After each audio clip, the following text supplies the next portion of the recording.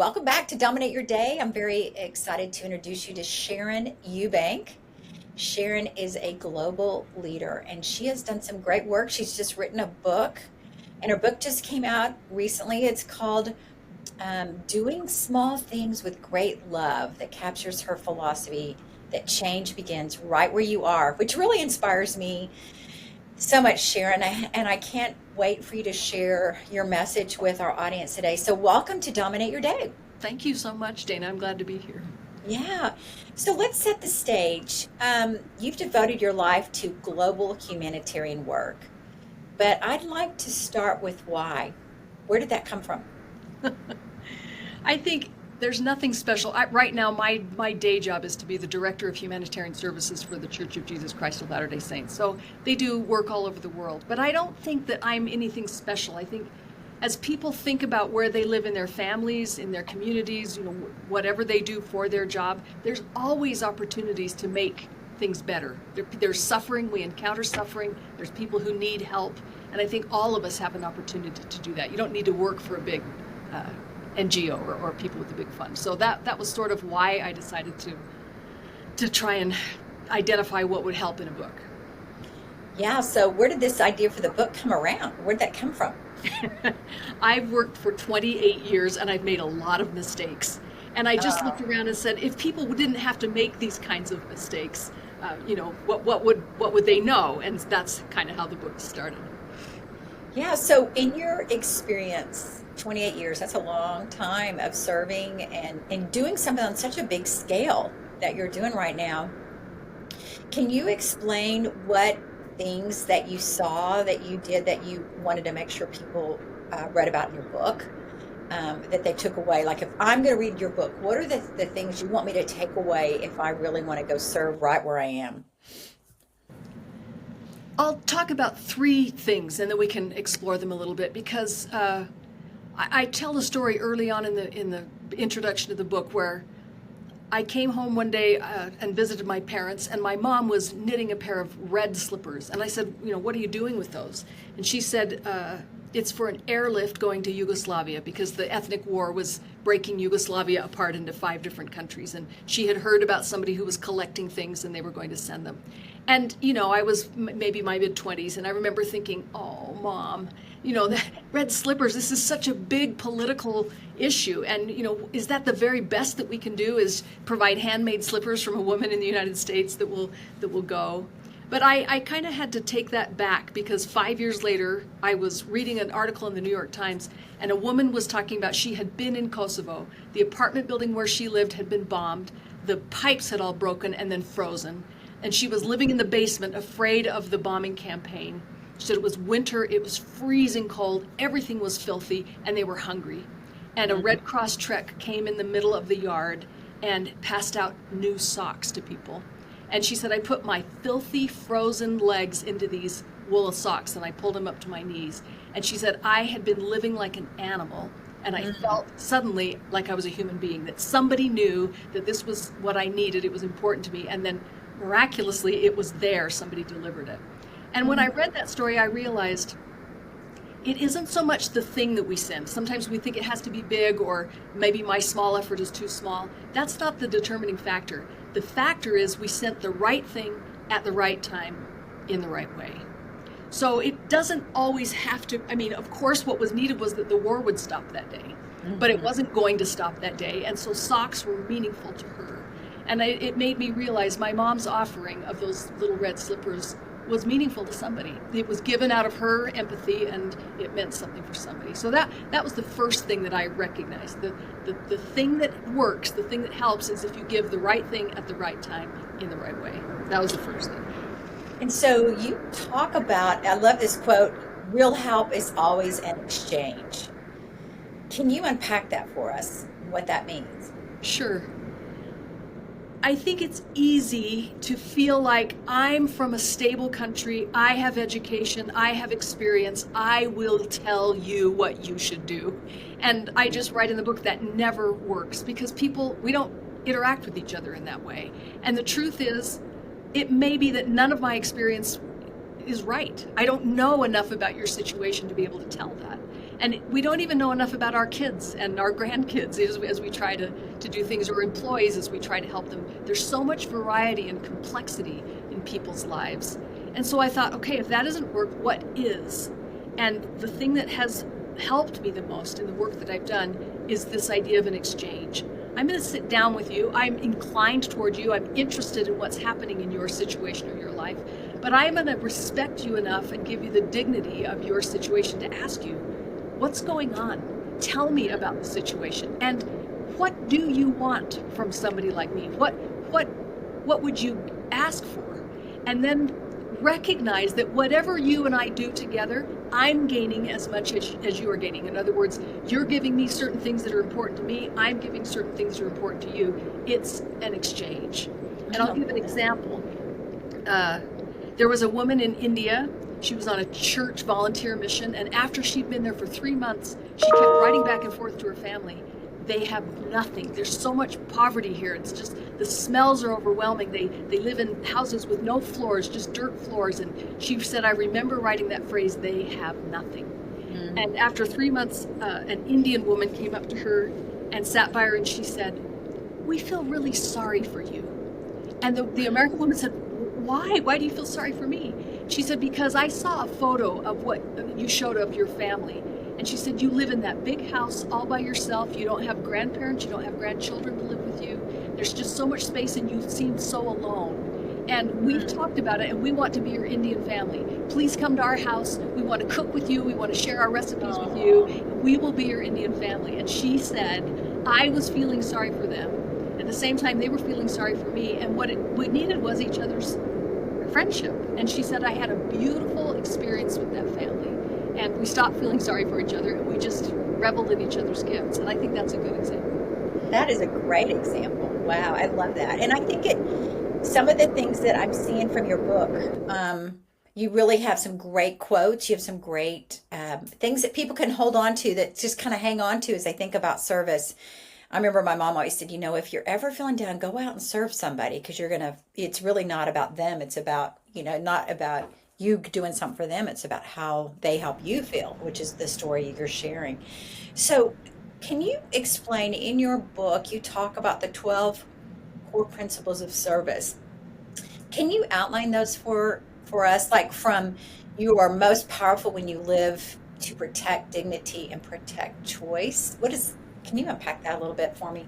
I don't know that these 12 principles are the be-all, end-all of all, humanitarian action, but they're the ones that, as I looked into the past and the stories that I knew, that they sort of made sense to me, and I hope people will add to them. Maybe there are. But the first one is this idea that you're most powerful where you live, and people on the outside is just going to say, they need me in Ukraine, they might need me in Sudan or DR Congo. The problems there are so much bigger. Surely I'm needed there. But there are some realities about that idea. Number one is, I don't speak the language. I don't understand fully the culture. And if I go to a place that's far away, how long will I be there? A week, a month, and then I come back again. My ability to impact the long-term problems is relatively small because of those limitations. And yet, there are many issues that are going on in my hometown that either I'm not paying attention to, or they just seem like nobody can solve those. And the power that I've seen that makes lasting change is when citizens, neighbors, churchgoers, corporations band together and say, look, this is going on in our community. We care about it. Let's organize and do something about it. And so the idea that we are most powerful where we live because we do speak the language, we understand the culture, we have a network of relationships, and we're there long term.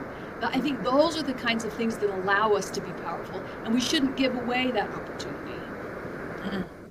So do you feel that's one of the most essential principles today when you think about those 12, those two that just popped that you talked about, are those kind of the most essential of the 12? If you had to rank them, or if you had to prioritize, which one do you want to make sure people walk away with after they've read this book?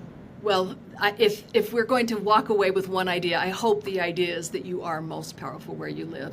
The other one that I might highlight is, it was taught to me when I first became appointed as the director in my job. I was a new executive. I was pretty green and young. I didn't have a lot of experience. And I had a manager of administration who had done his job for 37 years. He could do my job in his little finger. His name was Patrick Reese. And instead of resenting that they had hired me, he was invested in trying to help me. And so every morning he'd sit down with me in my office and we just kind of go through the day. What are the decisions that need to be made? What's going on? He'd help me think through those. But I would turn to him and I'd say, Patrick, what do you think I should do? Because I didn't want to make a mistake. And he would say, and he said it 100 times, my solution to your problem will always be wrong. And I'm like, Patrick, you have a lot more experience than I do. But he knew that by telling me what I should do, it would rob me of my confidence. And he was invested in helping me be a confident leader. So he would say, my solution to your problem will always be wrong. What do you think you should do? And then if it, we talk about the consequences, and he would say, if you do that and this happens, then how will we fix that? And we would kind of go through a decision tree. But in the end, he helped me be a confident leader. And I'm so grateful for that my solution to your problem will always be wrong. And I think if you're taking away an idea from this discussion, trust that the solution for the problem is inside people. I love that. I always heard when things are really tough, you're getting ready to do some big work. And especially when we have so many leaders in the workplace, corporate leaders that have worked their way up and they've never really had that training. And to be able to have a mentor, leader, guide sit down and say, look, my solution isn't going to be yours. So and just letting you vent, that was huge. What amazing mentorship in training somebody. And a lot of companies right now are going through this transition. Yeah. So sometimes they just here's the keys, go have fun, But I love that he took that time with you and gave you some great feedback, but also had you figure it out as well. And, I did make mistakes, and Patrick just helped me fix those mistakes. That was another part of me learning about leadership is, yes, you will make mistakes, but they are fixable and you can go back and work on them. And that was another skill that he taught me I was grateful for. One thing that right now in the workplace that's real important, and I just talked to a leader at lunch about this, is building purpose-driven teams. And so what lessons do you have from humanitarian work that translate directly into leadership and organizational culture as you're developing purpose-driven teams? And you talk a lot about leadership. So what do you think, what would you recommend for leaders that are really trying to do that right now? The world has spent probably close to $2 trillion trying to address crises in Africa. And the situation isn't substantively better than it was 70 years ago when we started trying to do that. What that tells me is that money isn't the factor. Of course you need the money, but what the real change maker is this idea that you put resource through a group of people who are holding each other accountable. They're leaders, they have abilities, and they're holding each other accountable so that there won't be corruption, because that's what always destroys the attempts. And I call that, whatever that thing is, I call it a trusted network. And there's huge potential in corporations, in businesses, because that's a natural trusted network. Those are colleagues, they spend a lot of time together, and most of us are interested in having a purpose-driven aspect to the work that we do. We want to do our job, but we also want to have it mean something.